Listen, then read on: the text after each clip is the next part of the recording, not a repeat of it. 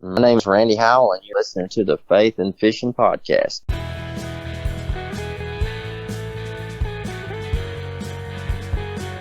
Welcome to the Faith and Fishing Podcast. I'm Cam.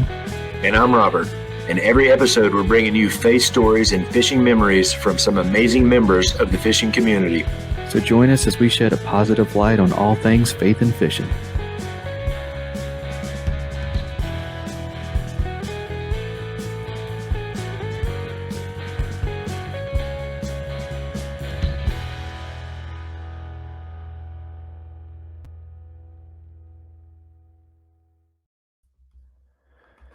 Hey guys, welcome to Faith and Fishing Podcast. I'm Robert Randolph, and tonight I am flying solo. Cam got called into work, and we didn't want to cancel, and already had a great guest lined up, and so we're just going to roll with it. Let's see, it's been a couple of weeks since I've been on. Cam was by himself last week, and but the last couple of weeks, I've done a little bit of fishing, got out a couple times on a local lake. Was planning on fishing a local derb on Saturday, and we had a little tropical storm roll through, and it got pushed to Sunday. A lot of the events on the East Coast got pushed from Saturday to Sunday because we had 30-mile-an-hour winds. So didn't fish the CKA event that was it was the Greensboro area lakes. So Sunday we had basketball with my youngest son. So I was locked down on basketball, didn't get to fish that, but congratulations to everybody in the CKA trail. That was the last event for them. So now all the Bass Nation qualifiers for that event are set. Congratulations to all those guys that qualified for the North Carolina State Bass Nation event that's going to be on Lake Norman. Also, the Central Carolina kayak fishing, all those anglers are set. So those guys will be going over there joining Vinny at Queen City for that showdown. Should be quite an event. I think there's going to be 70 or 80 plus anglers as long as everybody signs up for that. So that'll be a great day on Lake Norman coming up. Like I said, congratulations to all those guys. Really don't have a whole lot going on. All the pro circuits are wrapping up, are already done, except for NPFL. And by the time this comes out, that'll be wrapped up as well. So we're going to go ahead and roll a couple ads, and then we're going to bring our guest in. So here we go. Few things ruin your day on the water as bad as losing gear. But with the retrieval devices for fishing rods, action cams, bow fishing bows, and more from Save Your Outdoors, you don't have to let dropping your stuff ruin your day because you can get it back. The pressure-sensitive filter keeps water from rain and quick dips in the water out, but it lets water in when your gear goes overboard to release a float attached to your gear by 60 feet of line so you can get it back. Go to SaveYourOutdoors.com to learn more and try some for yourself, and use promo code FNFP15 to save 15% on your order. That's SaveYourOutdoors.com and promo code FNFP15. A huge selection and crazy fast shipping is already enough to turn heads as an online tackle shop, but Omnia Fishing sets themselves apart with their ambassador program. With Omnia, you can send in fishing reports for your local lakes that recommend baits, structure, tactics, and gear. And when another angler takes your advice and purchases something from your report, you get credit for it to spend at Omnia. The best part means that with Omnia Fishing, you can shop by lake and purchase baits and gear that are proven to work where you're fishing. To get started, go to omniafishing.com and use promo code FNF15 to save 15% on your first order.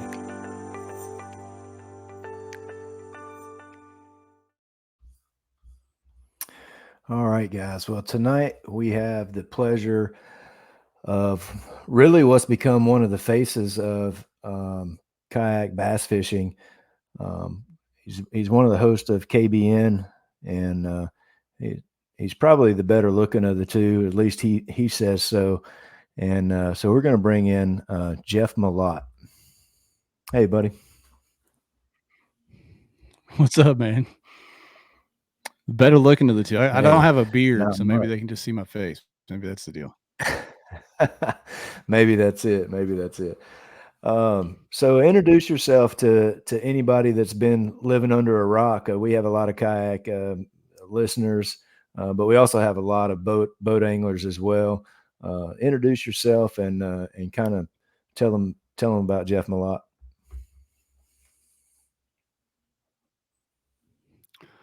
Well, man, like I said, I've been kayak fishing now. I've been fishing for as long as I've been married, because when I got married, that was one of the prerequisites that my father-in-law said, hey, if you're going to be in this family, you got to bass fish. So I've been married going on 30 years. And he said, if you're going to be in this family, you got to bass fish. So he taught me to bass fish 30 years ago, and I've been doing it ever since. Now, as far as kayak fishing, I started doing that in 2011, 2012. So I've been doing that a decade. I came from the dark times of SD cards and digital cameras, all the way to where we are now with all these apps and big tournaments and all the things we have today. So yeah, that's the short and skinny of it. Awesome. So really, I guess a little bit. We'll start out with KBN. For those of you guys that may not know, KBN started out as a Facebook group and then grew into a podcast. And I don't know how many downloads you guys have, but I know everybody that kayak bass fishes tries to tune into that weekly to kind of get the skinny on what's going on. You hear about the recaps of the latest national tournaments. So kind of give me a little bit about how that started and how that has grown, and just kind of your thoughts on that and what it's kind of turned into. I know it probably didn't start out as you guys thinking this is going to be how big it is and how much influence you guys would have, but give us a little background on that. Yeah, KBN. I've said this on other podcasts before. I think that most of it is accidental. We didn't set out we didn't set out with the plan to make it anything bigger than what it is. It started as really, I started if you remember the kayak power rankings for kayak anglers. I did that on a whim with the KBN fan page. Kind of got a lot of traction with that. People were like, what the heck is this? This guy's insane. These rankings don't make any sense. Just a lot of chatter with that. And then from there, we formed the group, and the group formed, the truth of the matter is because Lambert and I and a few other guys were part of the KBF advisory board for a while over there with Chad Hoover and those guys. And we had some thoughts on rules and some of the direction of that tournament organization, and they weren't well received. So we kind of got booted to the side and said, hey, literally, I think the quote was, if you don't like the way we do things, go make your own group and you can have your own opinions. And so that's what we did. We made our own group, and here we are. Well, it's kind of, it's amazing to me, just, some of the things that people talk about on KBN, and some of it is, a lot of you guys that are newer, you kind of got to know how to take a lot of those posts on there, and everybody likes to get on there and rib each other and have a good time. And then, sometimes you get some newer guys that don't understand that really everybody on there will bend over backwards for each other. But at the same time, we're going to poke each other in the ribs. And, there's been a lot of charity events that you guys have helped out with, and great causes. But it just is always amazing to me how much influence you guys have on, and I say you guys, I guess it's the whole group, because it's Right. kind of the, it's the open forum where, hey man, this is something that's wrong, and what does everybody else think about it, and how as a kayak bass group, I mean, what's everybody think about it? But it's amazing to me to see kind of the changes, and I'll bring up bass specifically. I feel like you guys have, really put some screws to the bass organization, and some of it was self-inflicted when they came on there maybe a year and a half, 2 years ago. But not just that in particular, but I just see the influence you guys have. And is that something you guys really think about on things that, maybe how you comment on posts, and, do you guys realize how much influence you have over this sport? We've been told that. We don't really consciously think about it. And I think what you said is something key, is the entire group is the deal. It's not Lambert and I or the other moderators. It's the fact that it's an open forum where people can speak their mind. And there's one thing that is unique to our group is we've kind of pigeoned ourselves mostly around tournament talk. Obviously, we interview a lot of tournament winners. We talk a lot of tournament rules, stuff like that on the page and how that moves forward. But I think we're the only large forum like that that's not tied to a organization. You know what I mean? Like every other group it's the Bassmaster group, it's the Hobie group, it's the whatever group, which is awesome. They need those things. But we're the only one that's not tied to any of those. Some people think we're tied to one more than the other, but we're not really tied to any of those. And you can kind of speak freely, give your ideas out there. And it does get messy sometimes. It sure enough does. But overall, I think it's a net positive, if that makes sense.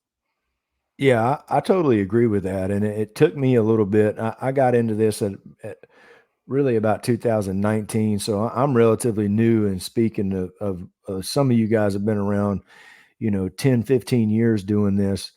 But it took me a little while to figure that out and kind of figure out what the page and stuff was all about. So I guess really, your podcast kind of spun off of that, off of the Facebook page. But you guys have had some great guests on there. I really enjoyed Gerald Swindle was just on there recently. And I mean, that's a great one. If you guys haven't listened to that, anything that he comments on, I mean, he's always got zingers, and that whole podcast was full of them. But what are some of your top guests that you remember having coming on there and be like, man, you got off of there and like, oh man, that was a great podcast, or, I can't believe that person just came on. Go over a few of those. And if I could, I'll give you a little history on the pod itself first, which was also kind of an accident. I don't know if you guys know of or remember a fellow by the name of Wes Jones. He's still around out in California. He did back when Facebook allowed you to go live. He did I guess it would be a podcast called Kayak Bass Live on Facebook Live only. And he was the only one doing it. Ryan and I had this group and page, and it was actually Shane Williams, Ryan and I. We were like, hey, why don't we do that? We've got a page. We can go live here and there and talk about whatever, and we'll give it a shot. No like plan or business plan or script or anything. We just went live one night, talk about the hot topics with some different rules and things that were happening. It was horrible. The first episode is still on our YouTube channel. It is brutal. I changed my voice like to some weird voice just for the pod. I mean, it was so weird. But we did it, and we didn't do it consistently. But after about a year of hit or miss on messing with that and going, we'd take a month off, then we'd do a couple, then we wouldn't do one for a while. Ryan and I were like, you know what? This thing's got some traction. People like it.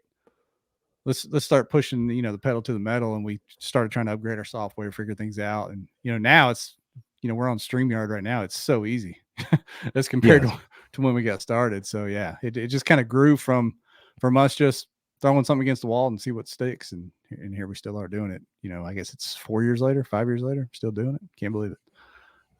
But yeah, to answer your real question, favorite guest, man, there's been a lot. It's hard to pick 2 or 3 favorites. I'll tell you some of my favorite shows. How about that? That sounds good. The call-in shows are always one, because all the people that listen to us call in and we get to interact with them. Those are at the top of we only do a couple of those a year, and those are always at the top because you never know what you're going to get from the audience. And those are always a blast. And then another show we did on the rule, when Bass changed all the rules last year, I had Jordan Marshall and Jay Wallen on. Both are great. And we had a huge audience for that. And we went back and forth on some of the rule changes, what we thought they were going to do, what they actually did, a lot of interaction with the people watching. So that was a great one. The funniest one ever probably was a fellow by the name of Josh Smith. Yeah. I miss Josh, Dark Waters podcast. I don't know if you guys ever caught any of his. His podcast was fantastic, hilarious. When he came on our show, he did not disappoint. So he's probably the funniest guest we've had on. And then some of the pros we've had on. GDP, Greg DePalma has been great the couple times we've had him. Swindle was fantastic. So yeah, I'm kind of saying too many things. I think you asked for 2 or 3, but there's been so many good ones, man. We wouldn't be doing it still if it wasn't fun. You know what I mean? It's so much fun that I don't think we'd still be doing it if it wasn't. Yeah. I mean, I am a consumer of podcasts, and then I was lucky enough that Cam asked me to help host this one. So I was kind of all in on that. So I spend a lot of time going through and listening to, not only, I mean, all fishing podcasts. And I will have to say though that, man, I wish Josh was still doing his, because that was and nobody can replace what he did. I mean, he's just kind of in your face. This is what it is. I'm doing it on this day. And you never knew where that podcast was going to go. And that was a great episode. I think I watched that one or listened to it live. I probably had it playing in the background on YouTube. I'm going to stop, take a break right here. We're going to listen to a couple more ads, and then we got some more questions about a new podcast that you guys just put out on your network. So we'll be right back.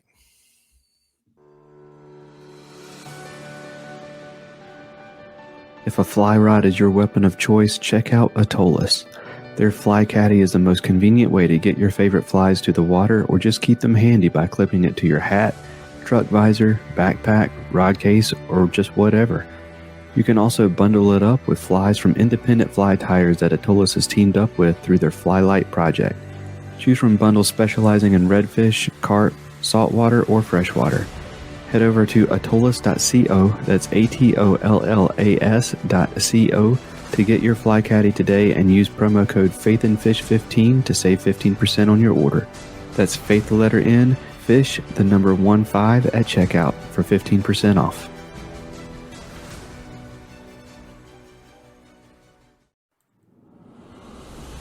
Get Outdoors Pedal and Paddle is one of the largest canoe, kayak, and cycling retailers in the Southeast, with a huge selection of kayaks, canoes, bikes, and all the accessories needed to experience paddling and cycling comfortably and safely. Get Outdoors helps to expand and educate the paddling community through their free demos held on local lakes in the Greensboro, North Carolina area, and through in-store clinics and on-the-water courses and demos. And we'll even get your new boat rigged up for kayak fishing for you. Stop by the shop in Greensboro, North Carolina, or check out shopgetoutdoors.com to be wowed by their selection. So we kind of teased a little bit right before that about a new podcast you guys have that is kind of joining the Kayak Bass Nation network now, if you would, but it's called Road Dogging with Jordan Marshall. So give me a little background on that. And I was telling you kind of off air before we came on, I just listened to the first couple of episodes this week, and man, I'll tell you, I think it's going to be a hit. And I really enjoyed the first couple of episodes of that. But give me a little background on that and kind of how that came about, and go from there.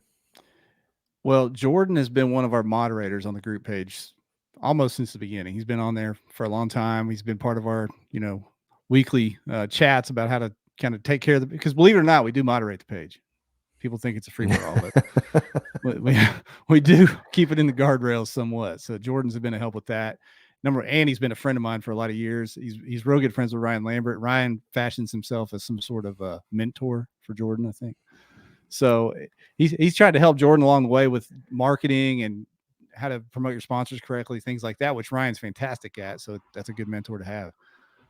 But Jordan is always a great guest on our podcast. We've seen him be a great guest on other podcasts. He's you got the voice for radio.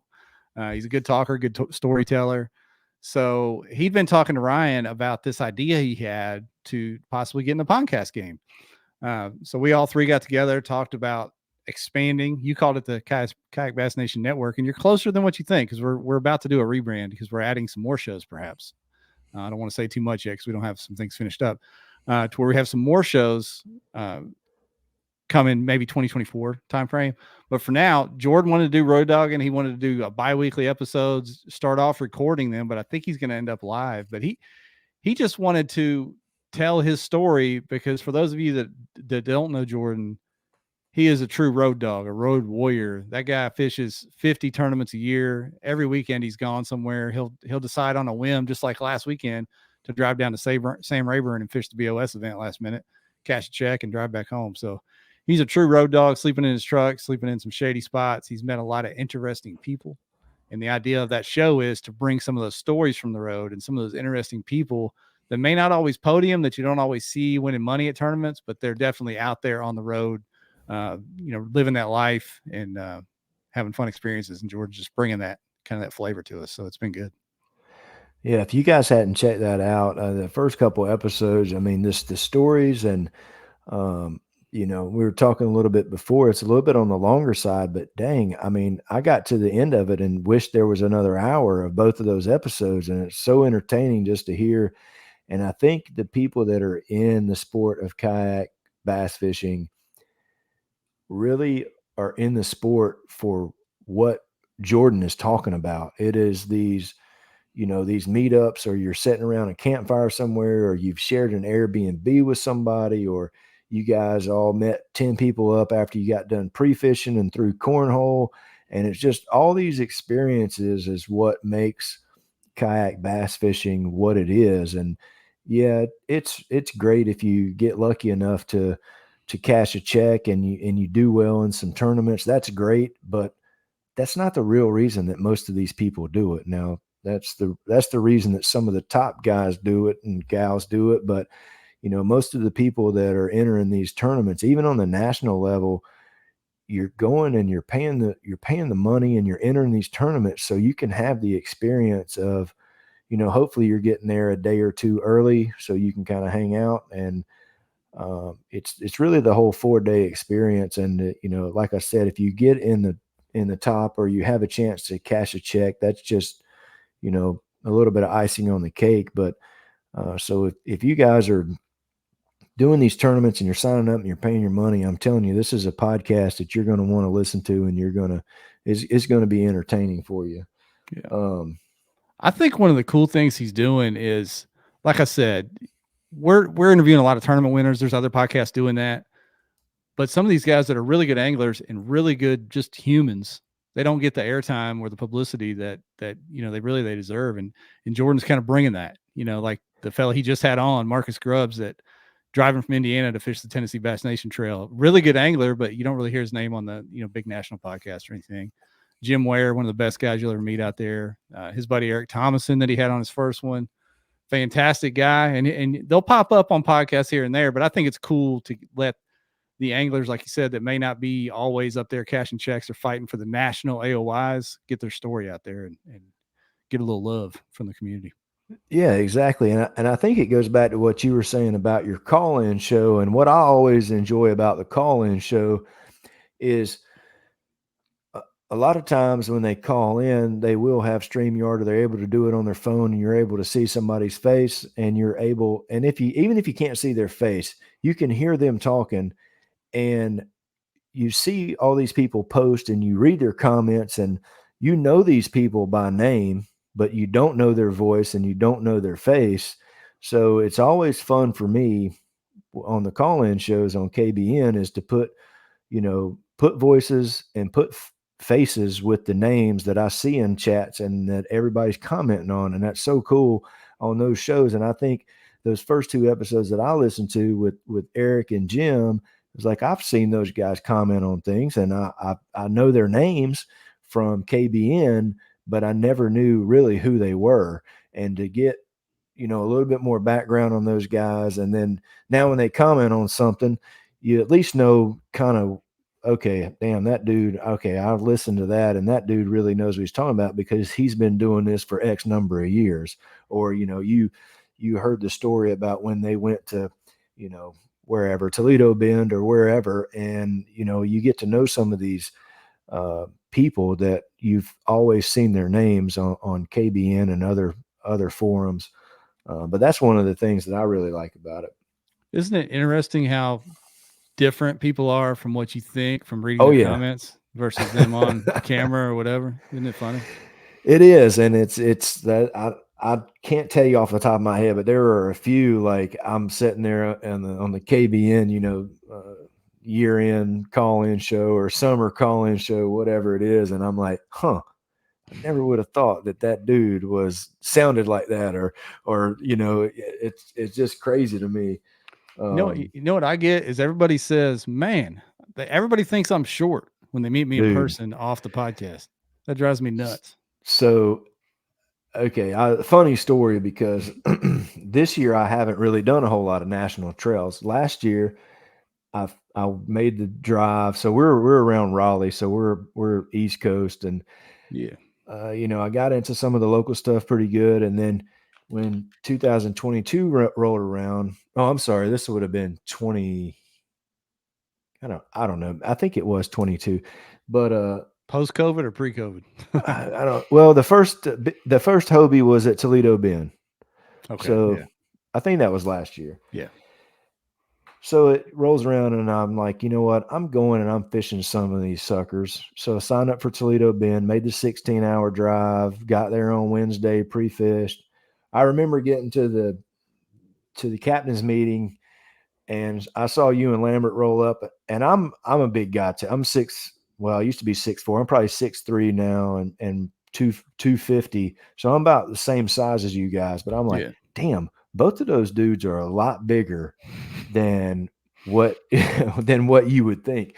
And it is funny to see people in person, especially people that are podcasting or doing YouTube videos. And the same with J2 Country. I was just at an Old Town event, and he's in Fayetteville, so he's only like 40 minutes south of where I'm at. But I've never fished with the guy, but we communicate on Instagram, and I know he's one of your teammates on Old Town, where they did a demo at one of the local lakes, and I fish out of a bona fide. And I'm like, you know what? The reason I fish out of a bona fide is because I found a SS 127 on Facebook Marketplace. It was in my budget. I grabbed it. I still have that kayak. And then I liked it so much, I upgraded to the P127, which I like the SS better, but I do like to have some pedals every once in a while. But I've never been in an Old Town. So I'm like, you know what? I'm going to go support Jay, and Dontrell Sullivan is on the team, and he's local as well. So those guys were doing a demo. I go out there and get in some Old Towns, and I fished before, and then I pedaled over to where they were at. And I had met Dontrell several times, because he fishes a lot of the local stuff that I fish. But then Jay is a little bitty guy, and I'm like, damn, you're smaller. No wonder looks tall. He looks tall. I know. Yeah, he looks tall. So it's funny to meet people that are doing, social media, and they look totally different than what you think they're going to. I always tell people, Ryan and I wouldn't run our mouth so much if we were little. Yeah, that is helpful. When you're in somewhere, and I find it interesting. There's a group of guys that we fish with at the coast, and there's two of us are pretty big dudes, and three of them are what I call normal size dudes. And the three normal size dudes tend to run their mouth a lot more when they got the two big dudes with them, Oh, yeah. But yeah, it like I said, the point of it is it's just funny, getting to, and it's the coolest thing about getting out to the tournaments, really. I mean, we all want to win and we compete, but it's meeting all these people that you see their post, you see their comment, you see their video, whatever, but getting to meet them is the fun part. Yeah, absolutely. So hopefully this next year I'll get back into that. I kind of laid off of it this year, and you know how I got 3 kids. So one is in college, a sophomore. I got a girl that's a senior, runs cross country, does softball, and then my younger son plays every sport under the sun. Oh yeah, and so we're carting them around. Oh yeah, I've been through that phase. My wife and I had our kids so young. I say that we're living our second youth. So they're grown and out of the house. So we're doing our thing, empty nest style. Yep, I got a couple more years before that, but I am looking a little bit forward to it, and then knowing I'll miss it at the same time. So oh yeah, for sure you will, but then you'll get used to it. And you said you're out in North Carolina, right? That's where you're at, home base. Mm-hmm. Okay, so yeah, that's my brother lives in Wilmington, so I've been out that way a handful of times. I always tell folks that if I didn't live in Arkansas, North Carolina is it.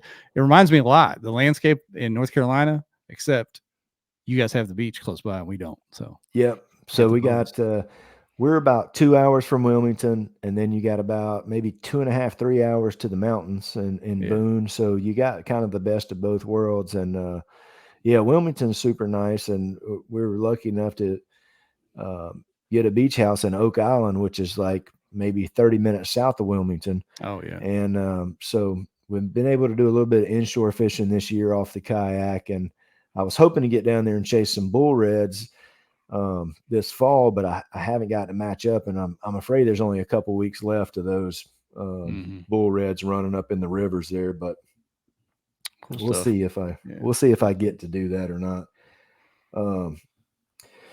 So another thing we want to talk about is I saw your post this week on your granddaughter Rowan, and that is a kind of an awesome story, and wanted to tie that in kind of with your faith story.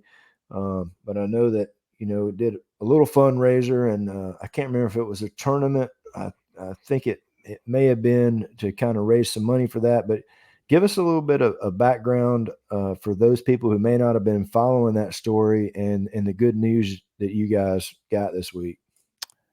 Yeah, man. It doesn't seem like it's been that long ago, but it's been about almost 8 months ago now. Rowan was 5 months old. My daughter-in-law and son took my granddaughter, our first granddaughter, to the ER because she had a bruise by her eye. That's nothing. She didn't act funny, nothing was wrong with her, but she had a little bruise by her eye, wouldn't go away. So they took her to the ER at Children's Hospital here, and they started doing some testing. They thought, what did you do? Did you drop her? What's going on here? They couldn't find. They said, no, we haven't done anything to her. Well, long story short, they did tests all day long, did an ultrasound of her abdomen, did a CT of her abdomen, found a tumor on her adrenal gland. And what started out as this bruise won't go away by her eye turned into shed cancer. I mean, it's the scariest thing you could ever hear for anyone, but especially for a little baby, right? So neuroblastoma, which is a very aggressive cancer, somewhat rare cancer for children. So the whole family, as you can imagine, I mean, I was tore up for weeks. The kids were tore up. We just didn't know what to expect. But here we are yesterday. She got to go to the hospital and ring the bell, being cancer-free. She just turned 1 in August.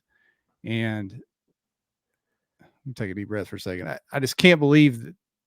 I thought this was going to be a years-long battle, and it still might be. I don't know. But right now, she's cancer-free. Bone marrow tests are clear. All her bone scans are clear. There's no signs of cancer in her body. There's still little remnants of tumor, but they think they've killed it. So in that short time frame, she has gone from a walnut-sized tumor in this little tiny baby to it being almost gone and being cancer-free. And it feels it feels like a miracle that it happened this fast. Yeah, I mean that's awesome to hear, and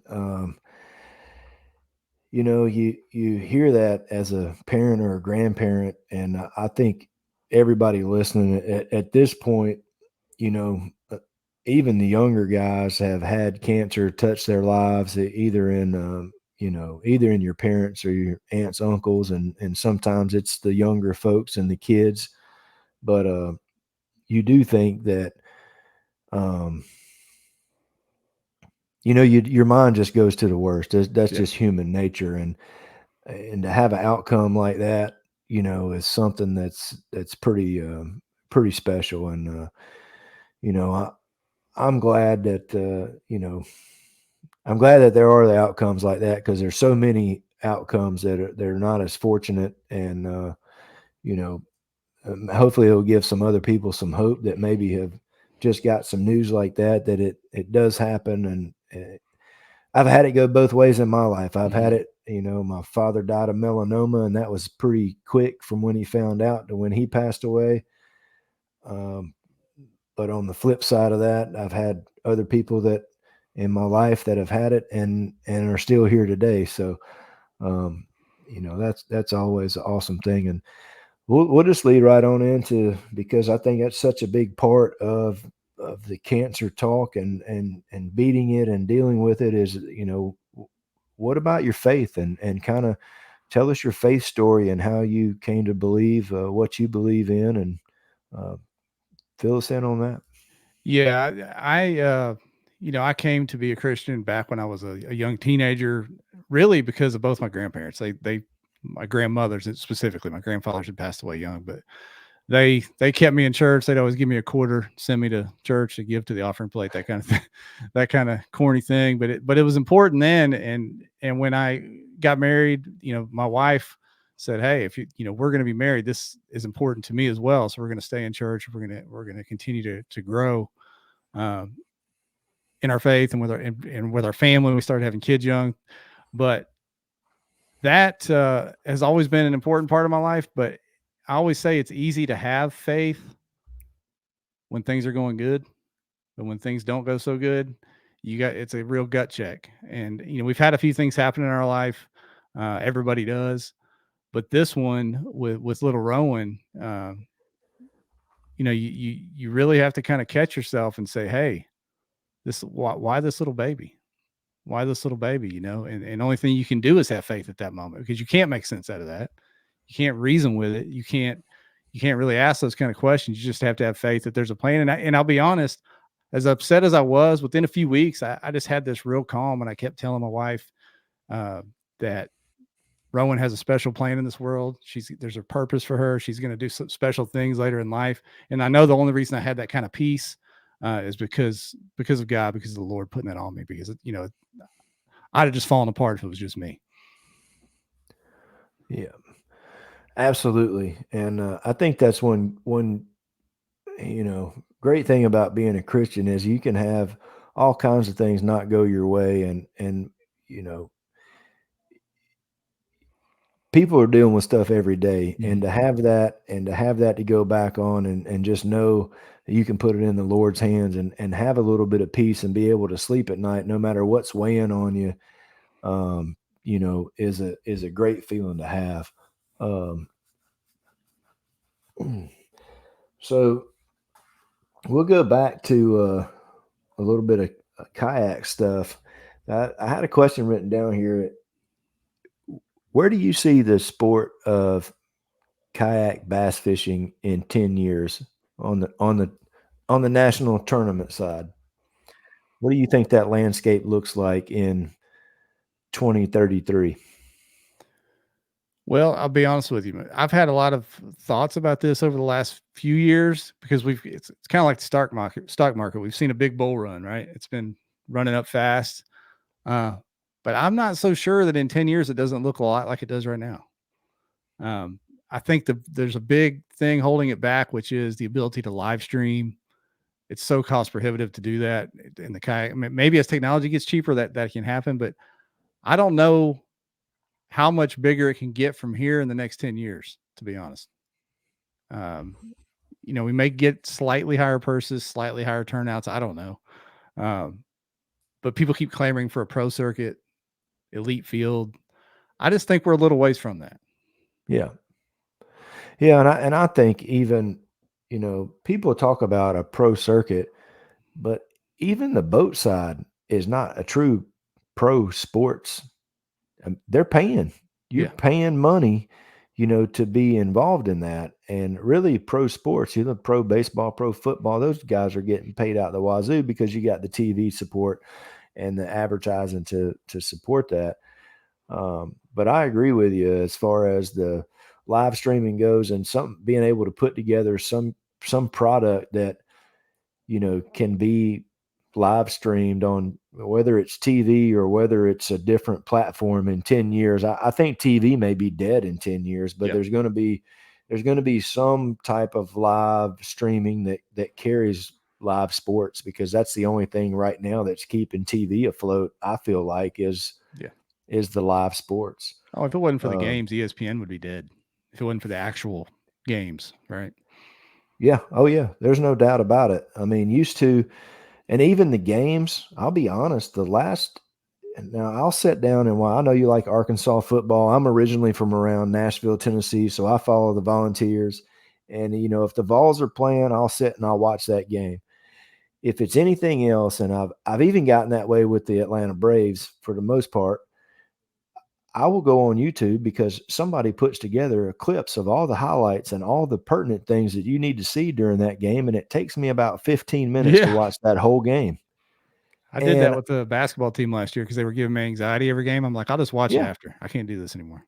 Yeah. And so, that's something that's awesome that's on YouTube. If you guys are sports fans or whatever and don't have time to sit and watch the whole thing, man, you can just type it in, highlights, UT Vols and whoever. Whole game in 15 minutes. or you can see lowlights against Vols in Florida last week if you care to relive that. I'm involved in another, kayak fishing is a niche of a niche. Like bass fishing in general is a niche sport. It's not like it's for the masses. I mean, you have to be specifically wanting to do it. I mean, it's not as big as a lot of other quote niche or small sports. I'm involved in another one, which is playing in cornhole tournaments, which sounds goofy, right? Corn throwing beanbags. Well, because of the live coverage they're able to get, because it's easy. You're in a small place, static. You're not moving all over a giant lake. They have got in the last 5 years. You talk about growth. I mean, they're on ESPN, CBS. Oh yeah. Their live streams on YouTube and Facebook are pulling 1,000, 2,000 people all day long, because of the ability to live stream to their own platforms, to social media, whatever. So that's probably the holdback for kayak fishing and any other sport like that, is to be able to broadcast it somehow. Yeah, I just don't know how, the whole, you get out on a lake, and these lakes, you even see the pro MLF and the elites, you even see them struggle with coverage on a lot of places these guys are trying to fish, and they have top of the line gear that mesh the signals together, and they're pulling signals from all the carriers to get that, video feed, and they're still struggling with it. So I don't see how some people on plastic boats are going to, like you said, unless the technology really goes leaps and bounds and, helps figure that out, that is a barrier that they have to cross. But I will tell you that those guys piss me off on the damn. I'll watch that on ESPN. I watch the cornhole stuff, and those dudes are making 4 bags out of 4 bags, or on an off day, they're making 3 out of 4. And I'm telling you, those dudes are on that pro circuit, man. They can throw some cornhole. And it's fun. It is fun, but it's amazing. It's like golfers. They got that technique perfected, and they're good, man. And it doesn't matter. There's 15-year-olds and 70-year-olds out there throwing like snipers. Well, it amazes me because if you start watching it, and if somebody throws a bag short, and I don't know all the terminology. I throw quite a bit of cornhole and used to throw more than I do now, but these guys, they leave a bag short, and then you hear the announcers, well, he's going to do this. He's going to roll this bag over to the right of the hole, and then it's going to touch this bag, and then both of them are going to go in. And dude, it's like he already saw that happen, and the dude goes up there and throws it. It rolls around the right side of the hole, touches the one in the back, and they both go in. And it's just, you don't really even realize that's harder than hitting the damn golf ball on the green, if you ask me. I've taken it way too serious this last year. I've got a YouTube channel for that and everything, and I've tried to really get serious and playing some tournaments and stuff, and it's way harder than I thought it would be to get elite at it. To me, I've been playing sports my whole life. I thought this will be easy. I'll give me a month and I'll be throwing these all in. Well, it's not like that. Yeah, it's not like that. Well, I think it's funny to me because we'll go and my son's school just had a cornhole tournament, which is not on the same level as what you're talking about, obviously. But, being so close to the beach, there's a lot of guys around here that throw a lot of cornhole. And I remember, going to the beach, it's probably been 10 years ago, and seeing somebody throw cornhole like a Frisbee for the first time. Like if you go to these pro circuits, or anybody that's throwing cornhole, you throw it like a Frisbee because exactly. Flat. More of the surface hits the board, and therefore it slows the bag down a whole lot more than, you see people that are just starting out, or they're just holding the corner of the bag, and then they're flipping it up, and it doesn't really work quite as well. Throwing knuckleballs up there. Yeah. I mean, 10 years ago, I went and got waxed because these guys have been throwing it Frisbee style forever. And, it's just amazing to watch. And that is interesting because I have been watching it on ESPN some, but I really didn't correlate it to kind of the same niche thing. But it's probably, maybe I'd even say, more niche than kayak. Yeah, but it's way bigger because they've been able to figure out the media side, right? And if we can't go live, I think an organization, Jordan, we had Jordan on not long ago and talked about this. If a trail could sustain saying, hey, we're going to send out 100 invitations, we want 100 people to prepay for the year, and this is going to be our trail for the year, 100 people, whether it's pro, not pro, whatever you want to call it, but it's prepaid, so you've got a set field for the year. Well, they might not be able to go live, but maybe even if they could just capture enough footage to make a real TV show out of it, not a TV show, but a show for the internet. Yeah, I'm with you. That would probably work too, but nobody's even done that. The Hobie does a pretty good job with those Hobie Outdoors shows and stuff, but even beyond that, a real tournament show, kind of like the old school bass shows, the Right. 1 hour breakdowns. Yeah, I think that would work because really, if I turn cornhole on, I'm not as into it to know if it would have been live or not anyway. Right. Like, I'm not going to know the result of it. It's not like a football game. Like, I won't watch a rerun football game because I already know the outcome of it, but I'm not looking up cornhole scores. Like, I just watch that to see these dudes doing things that I can't do with the damn cornhole bag. Well, it's kind of zen. You just zone out, watch it, relax, Yeah. Same thing with fishing. I don't really watch many fishing shows for the idea of just being locked in on it. I'm just watching for the enjoyment, following along with what they're doing, relaxing a little bit. So I think kayak fishing could be cool like that if somebody will figure that side out. But that's not cheap either, to get a real production crew and put that together and edit it right and all that kind of thing. All right, I got one more question, and then we're going to do the last little advertisements, and then at the end we do a shotgun round of like 10 questions. But sure, I've got a question or a thought maybe, and I know you guys have heard this before. I've heard it brought up before, but have you guys ever thought about doing maybe not even a KBN trail, but maybe the year-end tournament where you take the top 10 from any relevant trail? And right now people would say there's only 2 relevant trails, and I probably would tend to agree with that. But you take the top 10 from whatever relevant trail and have a KBN championship. You guys crossed your mind, talked about it, not interested in it? I know you did some tournament directing back in the day. Yeah. What are your thoughts on that? Well, to have a championship like that, no, we have not talked about that. I think that's a cool idea. And really, that's what the original TOC used to be. I don't know if you're familiar with how that used to be set up, but the original TOC back before Hobie bought it basically and took it over was the top 5 in the Angler of the Year standings from whether it was a local trail or a national trail.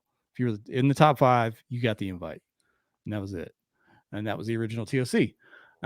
Which made it a cool event. It was a national event. People from all over the place came, Colorado, from North Carolina, Georgia, wherever. They just came to Lake Fork, threw down to see who the best of the best 5 were. So I love that idea. I'd love to see, like you said, if it was the top 10 from Bass, Hobie, KBF, well, Native doesn't do an AOI, but something like that would be cool. That'd be maybe a good way to capture a show of some sort. I don't know. I think the problem with that is half the people that are in the top 10 in both are the same people. Oh yeah. The same people, because there's about a dozen or so folks that have the ability to travel full time and do this. And, for that reason, they're talented anglers and they have the time and they're up there in the standings in all those trails. So I don't know. Now, Ryan and I have talked many times about doing a KBN get together, boondoggle style, maybe a tournament involved, but more of a big open jamboree kind of tournament. Throwing some cornhole, doing a cookout, having music, just having fun, like a fun type event. We've thrown that idea around for several years now, but nothing's come out of it yet. I hear you. Well, I think either one of those deals, and maybe with some of the stuff you have coming up in 2024 as KBN continues to grow, maybe that's something in the future that, you guys will be able to put together. Let's thank these last couple of sponsors, and then we'll get to the shotgun round and close it out. If finesse fishing is your comfort zone, something you want to learn better this year, or just something you like to tie on as a Hail Mary pass, Jade's Jigs has everything you need and more, and it's all eco-friendly and lead-free. With an awesome selection of baits and colors, they've got a variety of techniques covered for you. Finesse jigs, underspins, Nico weights, Ned rigs, and more are all waiting for you at jadesjigs.com. And while you're there, use promo code FNF10 for 10% off your purchase. That's jadesjigs.com and promo code FNF10 for 10% off. Mr. B Lure Company is making high-quality, handcrafted lures and has been for 30 years, right here in the U.S. Using all-metal components, owner and gamakatsu hooks, and silicone or frog hair skirts, Mr. B is pumping out some awesome spinner baits, jigs, buzzbaits, underspins, and more, including some of the most unique bladed jigs on the market. To fill up your tackle box, go to MrBLureCompany.com, that's MRBLureCompany.com, and use promo code faithnfishnpod1x10 at checkout to save 10% on your first order. That's faith the letter N, fish the letter N, P-O-D, so Faith and Fishing Pod, just like our Instagram handle, 1x10.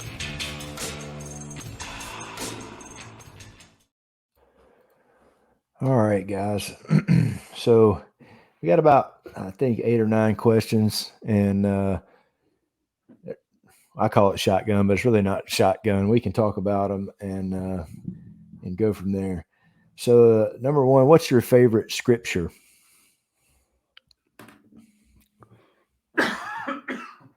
Excuse me. Sorry. Say that again. I'm sorry. Say, what's your favorite scripture? Man, that's hard. That's hard to answer. You know? It is hard to answer, isn't it? Golly. Well, let's go to an easier one. That's supposed to be a shotgun round question. Let's go to an easier one then. What about your favorite Bible story? That tends to be a little bit easier than the favorite scripture question. Yeah, I think the prodigal son. Yeah. I love that story. Yeah, that's definitely a good one. And now we'll get into some easier ones. Your favorite fish to catch. So after it's hooked, not the process of tricking it, but favorite fish to catch. It's got to be smallies. Small, yeah, I agree with that. That's a great one. And now you'll see why I worded that. So the next question is the favorite fish to fish for. So we're actually talking about the chess game of making that fish bite. Favorite one. I like fishing for bedding fish, man. Yeah. If that's what you're going for. I know a lot of people don't like that. I think fishing from a kayak is because you're never taking them away from it. So it's not as punitive to the fish, like putting them in a live well and running them away from their beds. I just think the science to that, I know you can get locked in there and sit there and fish for them for an hour and not catch them, but I think it's so cool to play that cat and mouse game with them. Yeah, I agree with that. So what about favorite fish to eat? Man, I tell you what, deep fried Spanish and king mackerel. Oh yeah, is delicious. And over there on that pier in Riceville Beach is my brother put me on some pier fishing. Those are like the kayak fishermen of the land with all the carts and stuff. Yeah, man, it's crazy when you go out to some of those piers, and I tell you, they will get on some pretty good fish on those too. I'm part of a couple of Facebook groups that is like, some local Oak Island pier fishing and Oak Island fishing, and you're seeing guys post up stuff off of those piers that are pretty impressive. And when those Spanish get running and you can catch those on some topwater stuff, man, there's really nothing better. Excuse me. Golly, you're good. Up. What about bad over here? What about fishing snacks? So when you're out on the water, what are you snacking on? It's pretty simple. I'm throwing some protein bars or something in the box. I hear you. Body of water. What's your favorite body of water to fish? I'm gonna say Lake Fork. I know it's kind of played out, but it's the first big tournament I ever went to was there. It was the home of the original TOC, and I've kind of had a roller coaster relationship with it, but I still love going there. Yeah, well, you can't go wrong with that. Favorite lure to throw? If you could just pick one. I'm throwing a Texas rigger at jig. Yeah, just flipping something. I like setting the hook like that. I'll tell you what's a close number 2 though, and this will make the old people smile. I love throwing a Carolina rig. Yeah, I knew you were going to say that. I've heard you say that before somewhere. I love dragging that stupid thing. I love it. Some people hate it, but it made a little comeback on the pro circuits these last couple of years. Yeah, I think it's something that, if you go back and you find some older lures are the same way. You go back and find some older lures that people don't use anymore, or some older techniques that, people have gone away from. And the Carolina rig is one of those. That's one of those things that when we went to Toledo Bend, and I had never seen so many people, because you're going in, and I got there early that week and pre-fished Wednesday, Thursday, Friday. But you go around and you're getting gas or whatever, and you see these bass boats, everybody's got Carolina rig tied on, and everybody's throwing that at Toledo Bend, and that was pretty neat to see. What about time of year? If you could pick one season, one time of the year to fish, what would it be? I like fishing for bedding fish, but I actually prefer to fish in the fall. Like I prefer the fall. You don't seem to have as many people out there. People head to those deer woods. I'm not a big hunter, so you get the lake to yourself, the river to yourself. So I like the fall. So you got that coming up. I know it's probably still hot. It's still hot in Arkansas. I don't know what it is. Yeah. So this is the first week over here that we've had. It's not going to get out of the 70s this week. So this is the first cool week that we've had, and man, I'm looking forward to it. So man, we'll wrap this up, man. And you want to thank any of your sponsors and no, I want to go back and answer your first question though. I've been thinking about it while we're talking. So I think, and I don't want to mess this up. So you can go check me and make sure I'm quoting this right. But I think it's Proverbs 3:5. Basically all we've been through with rowing is, trust in the Lord. Do not rely on your own understanding. And I'm not getting the entire verse right off memory, but that's the substance of it is trust in the Lord with all your might. Don't rely on your own understanding, because it's not going to take you through any of those tough times. So yeah, and that's how all my verses are. I can never get anything word for word. I always have it thought in my head how it pertains to me. So that's perfect, and I think that's a perfect example of of the rowing situation. And like I said, I'm was so glad to see that post, and I don't have any grandkids yet, and hopefully it's going to be a little while for that. But I know as a father of three, how excruciating that just the not knowing and doing the treatments and to be on an infant, and they can't do anything about it. And it's so bizarre, man, because it's so painful to see your grandchild go through that, but then you're seeing your own child go through the pain of seeing their child. It's a weird feeling, because you're not the parent of that grandchild, but you're the parent of that person in pain. It's kind of a helpless feeling, because you're kind of one level removed from it all, but you want to do everything to fix it. So, I truly thank God for, laying his hand on her and healing her. Yeah, man. Any sponsors you want to throw out there? Yeah, man, I've been with Old Town for years and years now, ever since I came out with the Predator PDL back in 2016, I guess, and still going strong with them. So I appreciate all they do for me and for our team. We've got a great team. A couple of them over there in Carolina. Yep. It's a really good team. They treat the team really well. I think they do a great job promoting the team and just promoting kayak fishing in general. So shout out to Old Town. Of course, all the sponsors of the podcast. I'm on the Dugout Fishing team as well, but they also support the podcast. Appreciate all those guys that do that over there, and anyone that watches or listens to our podcast. We appreciate y'all, because without y'all, it wouldn't be fun, and we wouldn't keep doing it if it wasn't fun. So. Awesome. And then if people want to find you, I know I've watched some of your YouTube videos, and you got some pretty good takes on some sponsorship deals, and then you post some clips of the KBN stuff on there. Tell people about your YouTube channel and Instagram, anything like that. How can we follow you? Yeah, you can just find me at my name. It's either Jeff Malott, Malott, or just J Malott Fishing on Instagram. I've got a TikTok that's decent. And I tell you, I haven't really posted any fresh content on YouTube or Instagram, because after the Kentucky Lake BOS tournament, my back was so bad that I had to leave after day one. And I basically have taken the summer off. I haven't been fishing hardly at all since Memorial Day. But fall is here. I've done a bunch of rehab, been to the gym, so I'm about to get back at it and start putting more content over on those channels. But yeah, YouTube, Instagram, got a Facebook page, TikTok, hit that up. And hey, go follow my Cornhole YouTube page too. Yeah, there you go. That'd be another rabbit hole that all these kayak bass fishermen can go down. But Jeff, man, I sure appreciate your time, and it was a pleasure having you on. And hopefully we'll meet up at one of these events coming up and go from there. Thank you so much, man. Yes, sir. Hey, thank you. Appreciate the invite. Oh yeah. Yes, sir. All right, everybody. So, Jeff Malott is awesome ambassador for our sport, and can't thank him enough for coming on. You guys go check out KBN if you haven't. Facebook page has over 16,000 followers. There's always a ton of people on their lives. You can join those lives on YouTube, Facebook, Twitch. There's a whole list of places they got that thing streaming to now. But you guys go check that out. we appreciate you guys joining us on Faith and Fishing. Cam will be back next week, and we're looking forward to bringing you another great episode. And I'm gonna close it out with a prayer, and then and then we'll get out of here. Heavenly Father, thank you for this day you've given us. Thank you for the opportunity to reach out and talk about you and talk about some fishing. Thank you for the guest we had on. Thank you for putting your hands on Rowan and helping her out.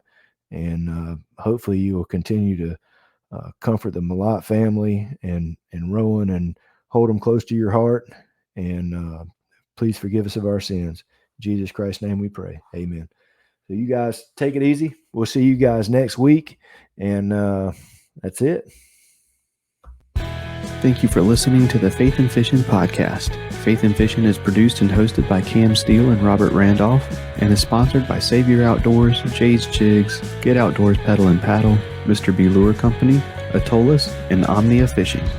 Don't forget to join the Facebook community, follow us on Instagram, and subscribe, rate, and review us on whatever app you're listening on.